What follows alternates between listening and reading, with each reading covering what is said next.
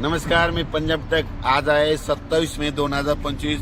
मी जात आहे मुंबई दादरला जात आहे आणि या ठिकाणून आपल्या महाराष्ट्रातल्या शेतकऱ्याला अंदाज देणार आहे.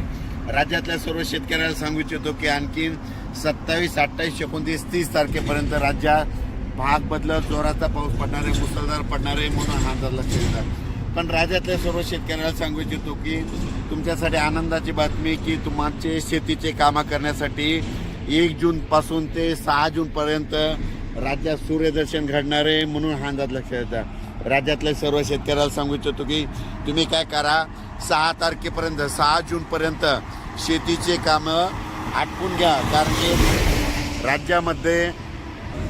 राज्यामध्ये 1 जूनपासून तर 6 जूनपर्यंत हवामान कोरडा राहणार आहे आणि त्यामध्ये सूर्यदर्शन घडणार आहे.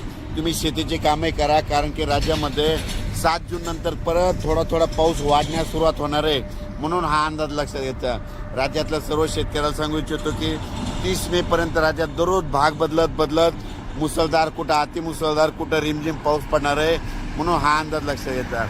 पण राज्यातल्या सर्व शेतकऱ्याला सांगू इच्छितो की पाऊस खूप झाला, जमिनीमध्ये ओल भरपूर आहे, पण पेरणीसाठी आपल्या शेतात दुरुस्त नसल्यामुळं सर्व शेतकऱ्याला एक आनंदाची बातमी की म्हणजे तुमच्यासाठी वरून राज्या 5 ते 6 दिवस म्हणजे 1 जूनपासून तर 6 जूनपर्यंत रजेवर जाणार आहे. म्हणजे तुम्हाला शेती कामं करण्यासाठी वेळ देणार आहे.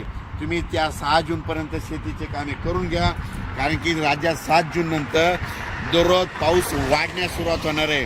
म्हणजे 7 जून नंतर 7ला थोडा वाढणार आहे, 8ला परत वाढत जाणार आहे, 9ला परत वाढत जाणार आहे.